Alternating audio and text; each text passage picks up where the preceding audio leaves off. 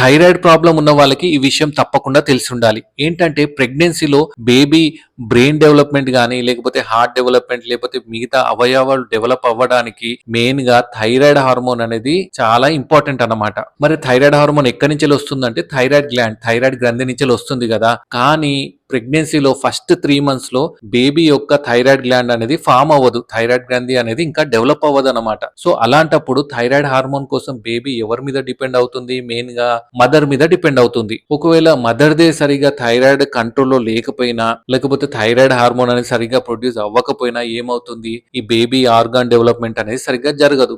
Heart గాని, లేకపోతే brain గాని ఇలా సరిగ్గా డెవలప్ అవ్వకపోవడం వల్ల కాంప్లికేషన్స్ డెవలప్ అయ్యే ఛాన్సెస్ ఉంటాయి. సో, అందుకోసమే ప్రెగ్నెన్సీలో థైరాయిడ్ కంట్రోల్ అనేది చాలా అంటే చాలా ఇంపార్టెంట్. సో, అందుకోసమే ప్రెగ్నెన్సీలో ఎప్పుడైతే కన్ఫర్మ్ అవుతుందో మీకు నార్మల్ చేసే టెస్ట్‌లో థైరాయిడ్ టెస్ట్ కూడా తప్పకుండా చేపిస్తారన్నమాట. అండ్ థైరాయిడ్ ఉన్న వాళ్ళకి కూడా డోస్ అనేది అడ్జస్ట్ చేస్తారు. సో, ఇప్పుడు అర్థమైంది కదా థైరాయిడ్ ప్రెగ్నెన్సీలో ఎంత ఇంపార్టెంట్ రోల్ ప్లే చేస్తుందో. ఒకవేళ మీకు డాక్టర్ గనుక థైరాయిడ్ టెస్ట్ రాస్తే మాత్రం తప్పకుండా చేసుకోండి. మనకు మంచిగానే కంట్రోల్ ఉంటుంది అని చేయకుండా ఉండకండి. తప్పకుండా చేసుకోండి. Thank you.